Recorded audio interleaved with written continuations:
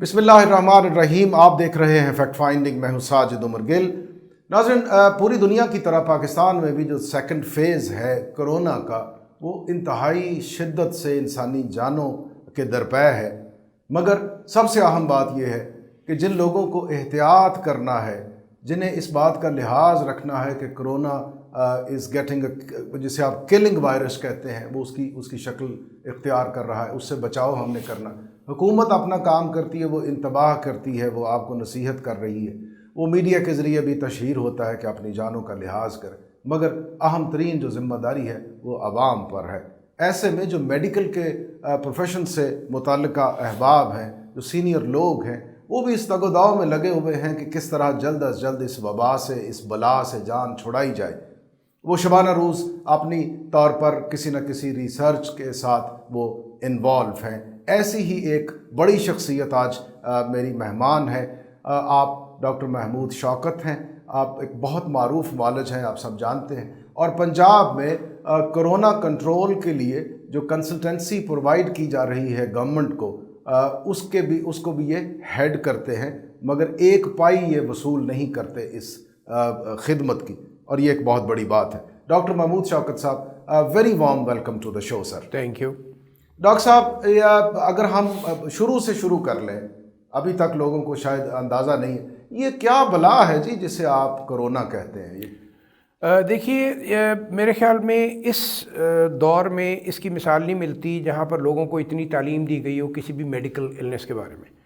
تو بنیادی طور پہ یہ ایک وائرس ہے. وائرس ایک بہت چھوٹا اسمالسٹ لیونگ پارٹیکل ہے، اور یہ ہماری پہچان اس کی بیماریوں کے ریفرنس سے ہی ہے، جس طرح ہیپیٹائٹس ہے، جس طرح میزلز ہے، اور بہت سی اور یہ عام فلو وغیرہ جو ہوتے ہیں، یہ سب وائرل النسز ہیں. تو ان وائرل النسز کا انسانی سویلائزیشن سے بڑا پرانا رشتہ ہے، اور یہ مختلف شکلوں میں آتے رہتے ہیں.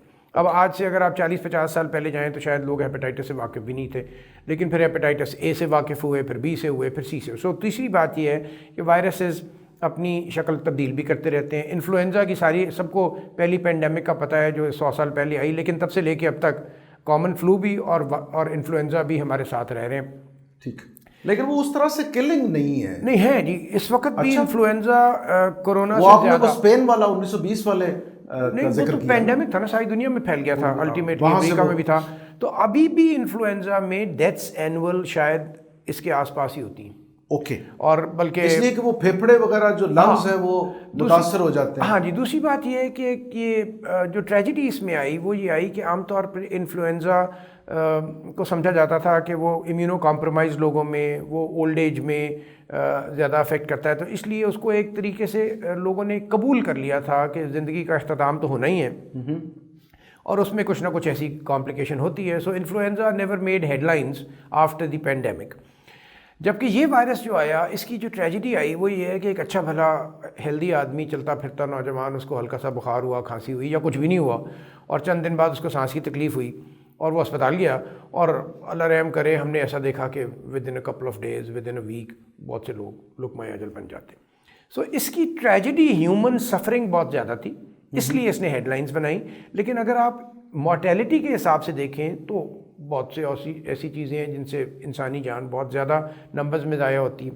لیکن کرونا ایک وائرس ہے جس کا پہلے کوئی انسانیت کو تجربہ نہیں تھا. یہ چائنا سے شروع ہوا، جیسے کہ آپ سب لوگوں کو پتہ ہے، اور خیال یہ ہے کہ اب اس کے اوریجن کے اوپر بہت سی ریسرچ ہو رہی ہے. کبھی یہ پتہ لگتا ہے کہ انڈیا سے آیا، کبھی کوئی کہہ دیتا ہے کہ امریکہ سے آیا. سو اب یہ ٹریس کیا جا رہا ہے، جس کے ایک سائنٹیفک طریقہ ہے اس کو ٹریس کرنے کا، اور وہ اس پہ بہت سا کام ہو رہا ہے. لیکن ایز وی نو اٹ، یہ چائنا سے ساری دنیا میں پھیلا. اوکے ڈاکٹر صاحب، جب ہم یہ کہہ دیتے ہیں کہ یہ فلاں مقام سے پھیل گیا یا پھیلنا شروع ہوا، اس کی وجوہات بھی تو کوئی ہوں گی کہ کن وجوہات کی بنا پر یہ اس کی اکرنگ ہوئی؟ جی ہاں، کرونا کیونکہ ایک نئی بیماری، کیا اس میں کوئی غذا کا یا فضا کا کوئی رول ہوتا ہے؟ اب جو چیز امپلیکیٹ کی جا رہی ہے وہ یہ ہے کہ چائنا میں جس شہر میں ووہان میں یہ شروع ہوا، وہاں لوگوں کی چھتوں میں بہت سی چمگادڑیں تھیں، اور چمگادڑوں میں یہ وائرس موجود تھا. تو وہ چائنیز کیونکہ خاصے خوش خوراک ہیں اور سب کچھ کھا جاتے ہیں، تو اب تصور یہ کیا جاتا ہے کہ شاید یہ چمگادڑوں سے انسانوں میں منتقل ہوا، اور پھر اس نے یہ کیپیسٹی حاصل کر لی کہ انسانوں کے خلیے کے اندر جائے اور ان کو ڈیمیج کرے. پریڈومیننٹلی یہ انسانوں میں پھیپھڑوں کو اٹیک کرتا ہے، لیکن اب جو ریسرچ آ رہی ہے وہ بہت پریشان کن ہے اور بہت حیران کن ہے، کیونکہ اس سے بنیادی طور پہ ہمارے جسم کا کوئی حصہ بھی محفوظ نہیں ہے.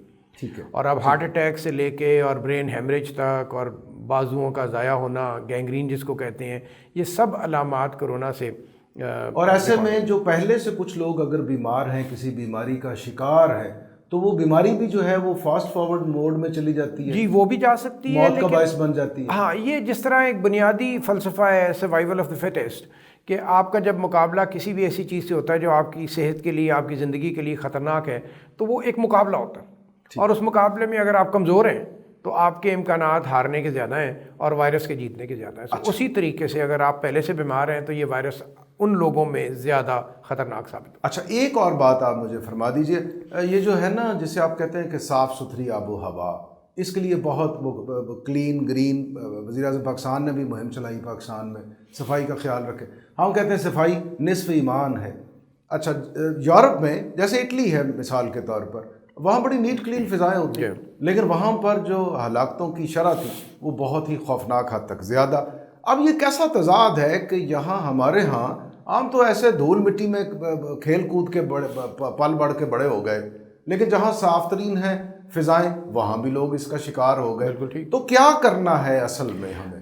اس کے لیے ایک بنیادی سی چیز ہے، یہ کوئی ایسی بڑی سائنٹیفک چیز نہیں ہے. آپ کو دیکھنا ہے کہ یہ تمام ممالک جن کو آپ نے دیکھا شدید سردی والے ملک ہیں، یہاں پر بلڈنگیں بند رہتی ہیں، وہاں پر ایئر کنڈیشنز چلتے ہیں، وہاں پر سرکولیشن ہوا کی بہت کم ہوتی ہے، وینٹیلیشن کم ہوتی ہے، باکس قسم کے گھر ہوتے ہیں بند سے. گھر بھی ویسے، دفتر بھی ویسے، آپ پبلک ٹرانسپورٹ میں ویسے تو وہ بھی بند ہوگی. سو میرے خیال میں جو ہمیں بچت ہوئی وہ یہ ہے کہ ہماری جو سوشل لائف کے نظام تھا اس میں اوپن ایئر کو ایکسیس بہت ہے. گرمیوں میں لوگ بہت سے باہر سو جاتے ہیں، نیچرل وینٹیلیشن، وینٹیلیٹر جسے آپ اگر صحن کا تصور لیں تو صحن ایک بند کمرہ نہیں ہوتا. جب وہاں لوگ بیٹھے ہوں اور چارپائی ایک اس طرف ہے اور ایک اس طرف ہے تو آپ کے درمیان 6 فٹ کا فاصلہ بھی آ گیا. اگر آپ باہر گلی میں بیٹھے ہیں یا سڑک پہ بیٹھے ہیں تو بھی آپ کے درمیان ایک سرکولیشن ہوا کی چلتی رہتی ہے. اور یہ اب سائنس سے ثابت ہو رہا ہے کہ اس وائرس کے پھیلنے میں جو چیزیں مددگار ثابت ہوتی ہیں وہ ہے کلوز کانٹیکٹ، بند کمرے جہاں وینٹیلیشن نہ ہو. سو بظاہر جو ہم جیسے سوسائٹی میں اس سے ہم کچھ حد تک بچے رہے، اس میں کچھ چیزیں تو ہم ایکسپلین نہیں کر سکتے کہ ہم کیوں بچے رہے، لیکن کچھ چیزیں جو ہم ایکسپلین کر سکتے ہیں وہ یہ ہے کہ ہماری انوائرمنٹ، ہمارا کلائمیٹ، ہماری سوشل جو ہیبٹس ہیں وہ ایسی تھیں کہ ہم اس کے پھیلاؤ کو قدرتی طور پر روک سکتے تھے. Okay great. اس کو جب روکنے کی بات ہوتی ہے ڈاکٹر صاحب جی، ایک تو یہ فرمائیے کہ کون کون سے عوامل ہیں جو ہماری امیونٹی کو بڑھا سکتے ہیں، ہمارے دیکھنے والوں کا فائدہ ہوگا کچھ اس بارے میں بھی. جی ہاں، پہلی بات تو یہ ہے کہ امیونٹی کو بجلی کے سوئچ کی طرح آن آف آپ نہیں کر سکتے. یہ ایک ایسا پروسیس ہے جو over the years build up ہوتا ہے. اسی لیے جو کہتے ہیں healthy life style, healthy life style میں بہت سی چیزیں ہیں. ایک آپ کی ایکٹیویٹی ہے کہ اگر آپ ورزش کرتے ہیں، چلتے پھرتے ہیں، آپ بالکل بیٹھے نہیں رہتے. اور یہ انفارچونیٹلی ہمارے یہاں بہت بڑا ایشو آ رہا ہے جس وجہ سے بچوں میں اب ویٹ گین بھی نظر آ رہی ہے، بڑوں میں بھی ویٹ گین نظر آ رہی ہے. ایٹنگ ہیبٹس بھی اس میں. ہاں اگلی چیز میں آ رہا ہوں وہ ہے آپ کی فوڈ اور ایٹنگ ہیبٹس. بدقسمتی سے ہماری فوڈ کی ایڈلٹریشن اتنی زیادہ ہے، پلس 2 طرح کی. ایک تو یہ ہے کہ اس میں ہم ملاوٹ کر دیتے ہیں، اور دوسری بدقسمتی یہ ہے کہ ہم فصلوں کے اوپر پیسٹیسائڈ کا استعمال بالکل ایسے طریقے سے کرتے ہیں جس میں سیفٹی پریکاشنز کوئی نہیں. اچھا اب یہ ایک نئے رخ پہ چلی جائے گی ڈاکٹر صاحب بات. یہ جتنی کیمیکلز ہیں، جتنے سپرے ہیں، جتنی کھادیں ہیں، یہ تو اس لیے استعمال میں لائی گئیں کہ کسان کو کہا گیا کہ تمہاری تھوڑی سی زمین سے بڑی کاشت تمہیں ملے گی، وہ کیش کراپ ہے، تمہیں پیسے زیادہ ملیں گے. وہ اس لالچ کے چکر میں ہم نے اپنی سبزیوں کو، اپنی فصلوں کو، جتنی زمین سے اگتی تھی چیزیں، انہیں انتہائی زہریلا کر لیا ہے. اب اس آکٹوپس سے کیسے بچیں گے؟ اس آکٹوپس سے بچنے کے لیے دیکھیں، ہر آکٹوپس سے بچنے کے لیے بنیادی چیز ہے good management, good governance and education. Okay. آپ کے لوگ ہیلمٹ نہیں پہنتے، کیوں نہیں پہنتے؟ کیونکہ ان کو ہم یہ سمجھانے میں ناکام ہوئے کہ یہ تمہارے فائدے کے لیے. حالانکہ سب کو پتہ ہے کہ گریں گے، چوٹ لگے گی، مگر وہ اس چیز کا یقین نہیں ہے نا. جب تک ڈنڈا نہیں چلایا، نہیں ڈنڈے بڑے چالان نہیں کیے، سزائیں نہیں دی، تب وہ لوگوں کو عقل نہیں آئی. ہاں اب عقل دینے کے لیے تعلیم ضروری ہے. اب میں آج صبح آ رہا تھا تو میرے سامنے ایک نئی برانڈ نیو کرولا جا رہی تھی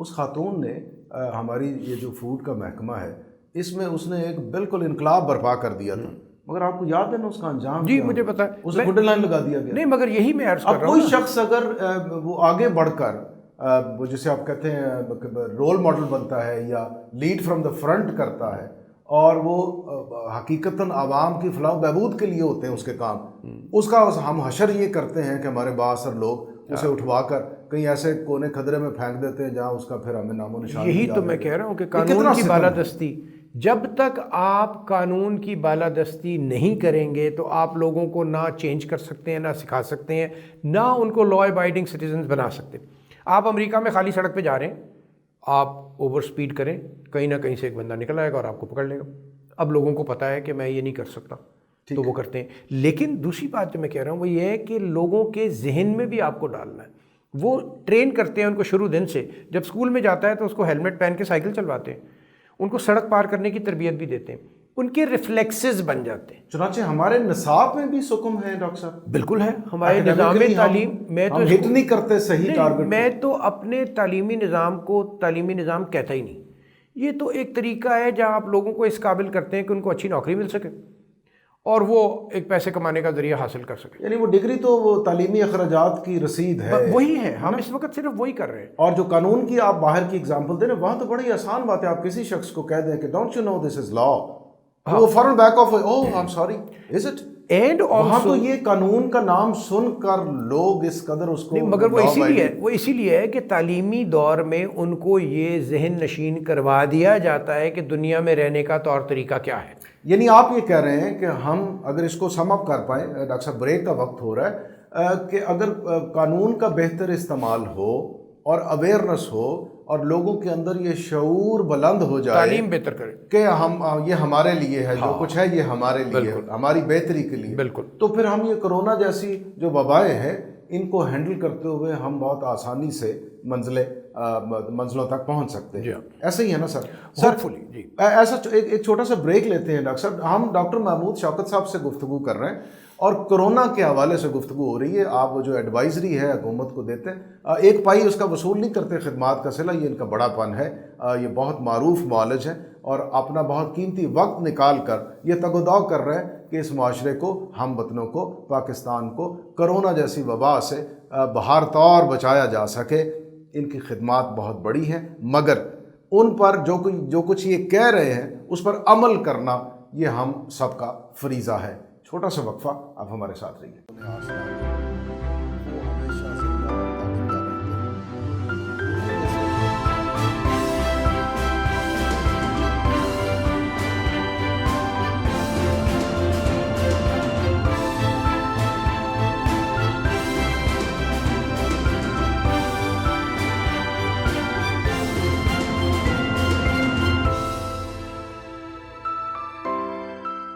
ویلکم بیک ناظرین، آپ دیکھ رہے ہیں فیکٹ فائنڈنگ. میں ہوں ساجد عمر گل. آج میرے مہمان ہیں جناب ڈاکٹر محمود شوکت. آپ بہت معروف معالج ہیں اور کورونا کنٹرول کرنے کے لیے اپنی خدمات انہوں نے پیش کر دی ہیں. وہ ہم سب کے لیے ہیں. ہمیں ان خدمات کی قدر کرنا چاہیے. جو کچھ ڈاکٹر صاحب کہتے ہیں اس پر ہمیں عمل پیرا بھی ہونا چاہیے. ڈاکٹر صاحب، بریک سے پہلے ہم نے کرونا کے حوالے سے مختلف انداز میں بات کی. ایک نئی چیز جو اب جس کے طرف لوگ دیکھنا شروع ہو گئے ہیں وہ ہے ویکسین بنا لی گئی ہے. اچھا، کچھ لوگ اس کو بہت تسلی کی خبر کہتے ہیں. میرے تئیں یہ بھی شاید ایک احتیاط ہے، یہ علاج تو نہیں ہے. آپ کیا کہتے ہیں اس پہ؟ جی، ویکسینز اگر آپ دیکھیں تو تاریخی طور پہ ویکسین ایک پریونٹیو ٹریٹمنٹ ہے. ٹھیک ہے. یہ ہوئی بیماری کو ریورس نہیں کر سکتی. یہ بیماری سے بچاؤ کا ایک طریقہ ہے جو بیماری کی شدت کو یقیناً کم کر دے گی، لیکن اس کے باوجود لوگ وائرس کیری بھی کر سکتے ہیں اور ٹرانسفر بھی کر سکتے ہیں. اوکے. سو فی الحال ویکسین کے باوجود ہمیں احتیاطی تدابیر ساری کرنی پڑیں گی. اوکے. فی الوقت جو چیز سب سے زیادہ کھل کے سامنے آئی ہے اور جو افادیت میں سب سے اوپر ہے وہ ہے اس وائرس کو اپنے آپ سے دور رکھنے کے طریقے پہ عمل کرنا.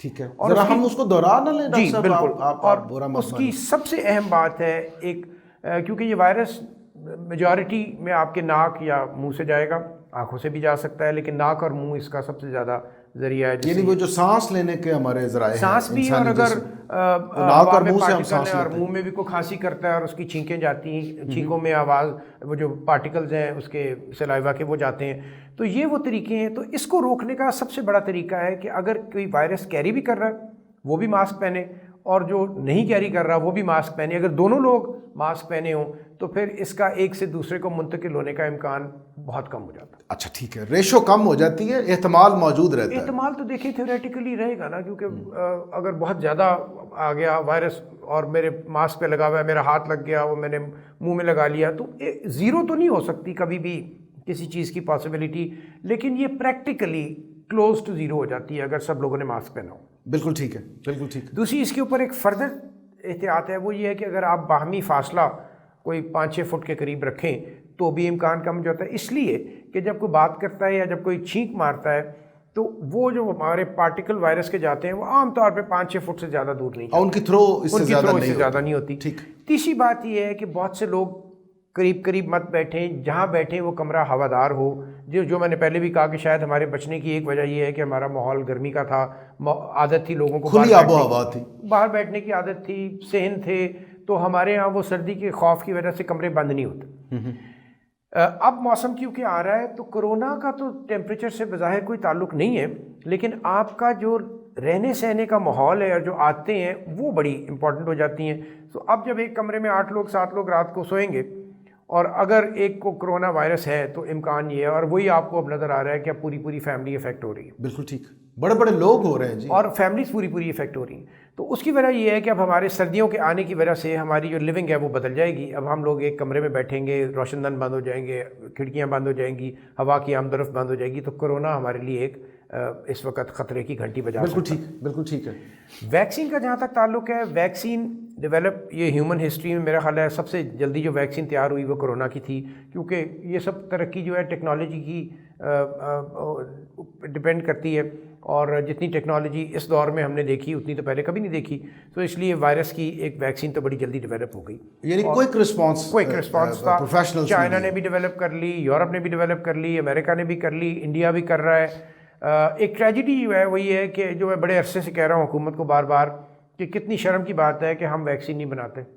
پولیو ویکسین استعمال کرنے والوں میں سب سے زیادہ اب ہم رہ گئے ہیں, میزلس کی ویکسین استعمال کرنے والوں میں سب سے زیادہ ہم ہیں, اور ہم اسے امپورٹ کرتے ہیں. ہیپیٹائٹس سب سے زیادہ ہمارے پاس ہے, تو ہم اسے امپورٹ کرتے ہیں. یہ بڑے ظلم کی بات ہے. یہ آپ نے وزیر اعظم پاکستان سے یہ بات کہی ہے؟ میں نے ڈائریکٹلی تو نہیں کہی, مگر میں پچھلے 3 وزیر اعظم کے دور میں یہ بار نیشنل انسٹیٹیوٹ آف ہیلتھ کو لکھ کے دیتا رہا کہ جی ہمیں تو بڑے پیمانے پہ ڈاکٹر فیصل سلطان جو ہمارے اس وقت جو فیڈرل میں وفاقی سطح پر, وہ تو میرا خیال ہے ماہر بھی ہیں یہ انفیکشس دیکھیے آج کل کے دور میں مہارت تو بڑا سب سے کم درجے کی چیز رہ گئی ہے. آپ کو ایک ماہر آدمی چاہیے, اور باقی تو ایکسیس ٹو نالج تو اس دور میں پرابلم ہی کوئی نہیں.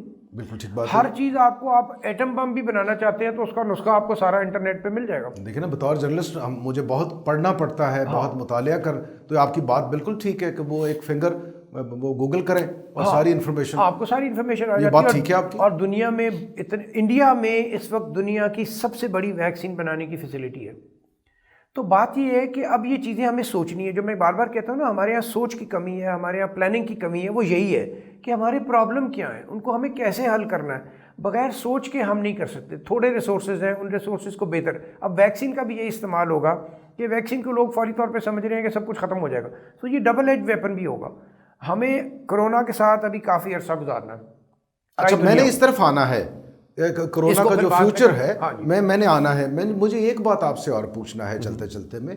آپ دیکھیے کہ بہت بڑی بڑی شخصیات, جسے آپ کہتے ہیں نا شخصیات, لامحالہ بہت پڑھی لکھی, بہت معروف, وہ بھی اس کا شکار ہو رہی. خیال یہ تھا کہ شاید ہمارا جو نسبتاً کم پڑھا لکھا طبقہ ہے, غریب طبقہ ہے, وہ نشانے پہ ہوگا, وہ ہٹ ہوں گے.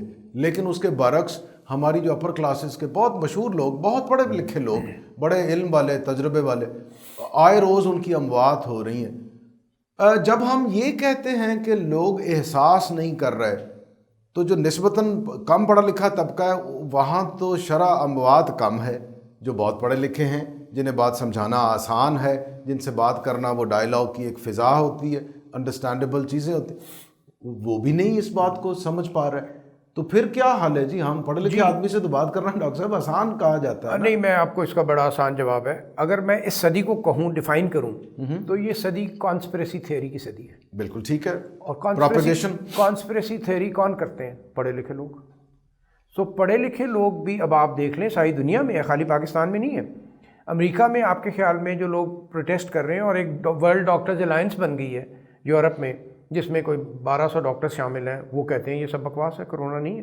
سو تعلیم کا شاید رویوں کی نسبت اتنا رول نہیں ہے ان چیزوں میں. ایسا کیوں ہوا؟ ایک میڈیکل پروفیشن کا آدمی وہ بڑے شد و مد سے، بڑے استدلال سے، ہم آئے روز سوشل میڈیا پہ دیکھتے ہیں ان کے کلپس، وہ آتے ہیں، وہ کہتے ہیں جی کرونا شرونا کوئی نہیں، ایسے گھبرانے کی بات ہی نہیں. یہ ایک بیماری کو سیاست کی نظر کیوں کر دیا گیا ہے ورلڈ وائڈ؟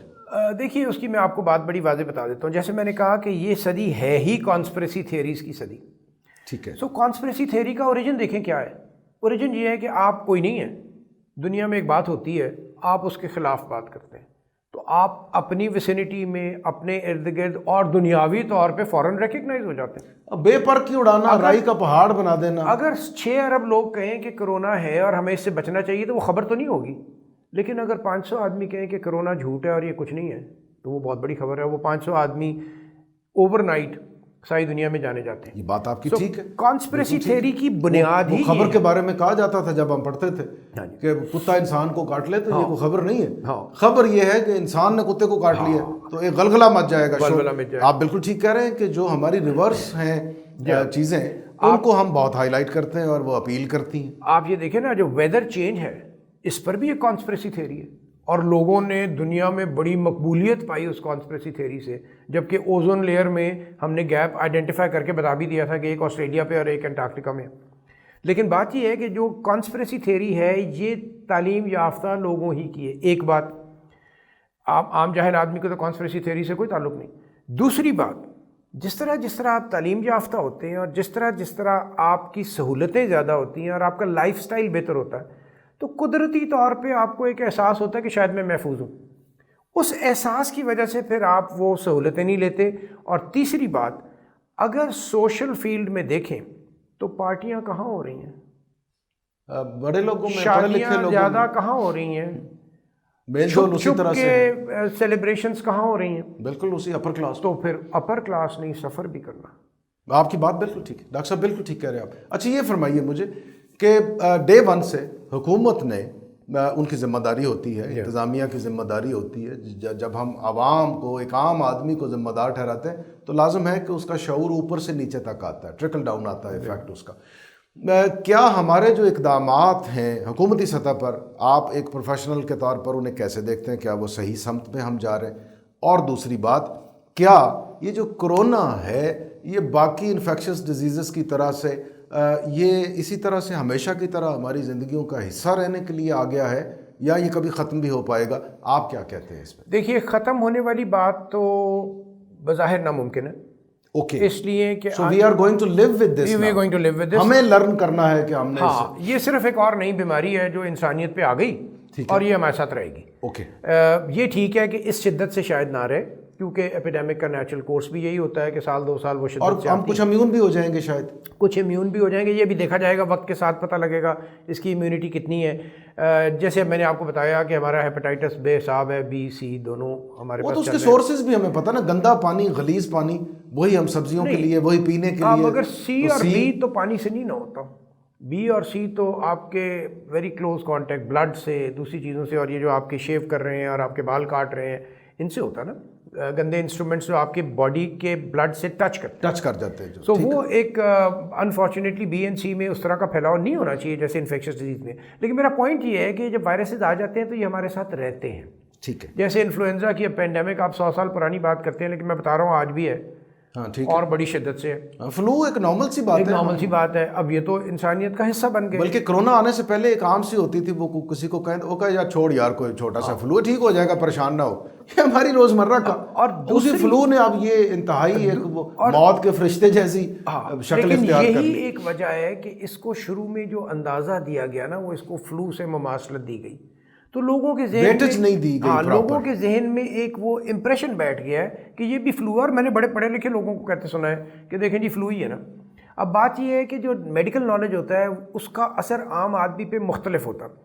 یہ میڈیکل نالج تھا کہ 80% لوگوں کو کچھ نہیں ہوتا, کچھ کو شدت زیادہ نہیں ہوتی, لیکن جب یہ عام آدمی کے ذہن میں گیا تو اس سے ٹھیک ہے کہ ہمیں انہیں ڈرانا بھی نہیں تھا, لیکن ان کے ذہن میں ایک بڑا کنفیوژن پیدا ہو گیا, اسے لاپرواہی شروع کر دی کہ خیر ہے جی کوئی بات نہیں. اب یہ ہے بالکل ٹیکنیکل بات آپ نے, ویل ڈن ڈاکٹر صاحب, یہ بہت اچھی بات کی ہے کہ کچھ لوگ یہ جو علم ہے یہ محدود پروفیشنلز کی سطح پر رہنا چاہیے تھا, لیکن ہم نے بیوقوفی کی, ہم نے اس کو پھیلا دیا کہ کوئی بات نہیں جی خیر ہے خیر ہے.